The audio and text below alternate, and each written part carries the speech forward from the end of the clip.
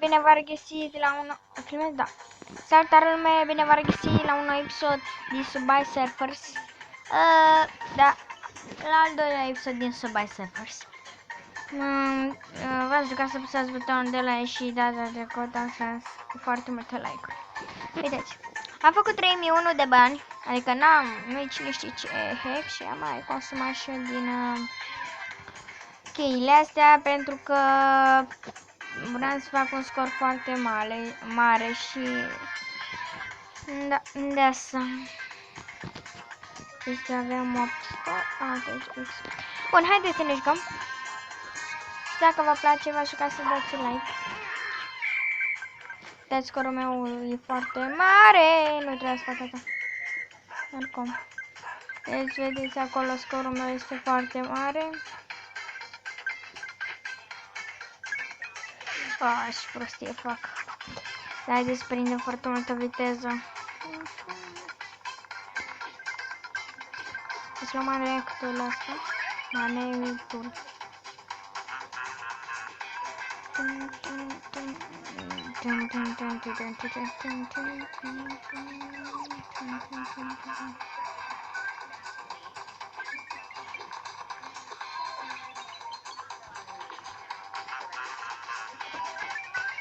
Și sper să nu vă sperați dacă nu vorbesc.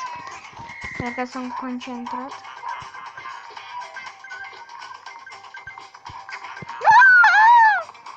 Ca să mă... ok. Era să mă lovesc acolo dacă nu făceam faza aia.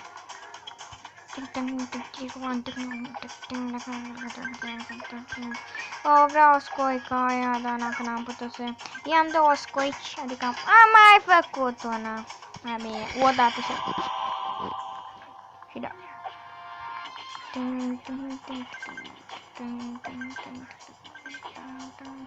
Ok. Mai bine ok decât banii. Adică banii se fac foarte greu. Am 163. Să vedem dacă pot să îmi întrec scor. Uite un boxer.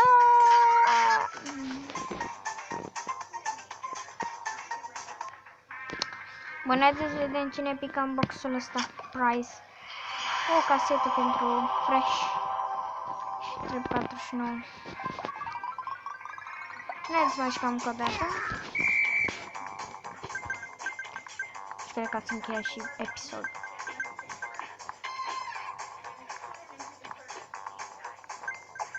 Dacă vedeți unul cu mii și care mii așa mă numesc eu.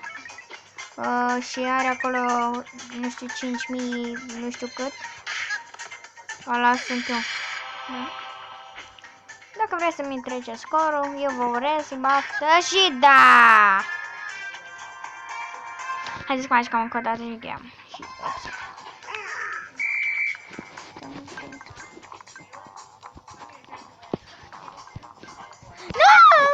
Bună. Acolo n-a fost atent. Era să zic atent. Atent.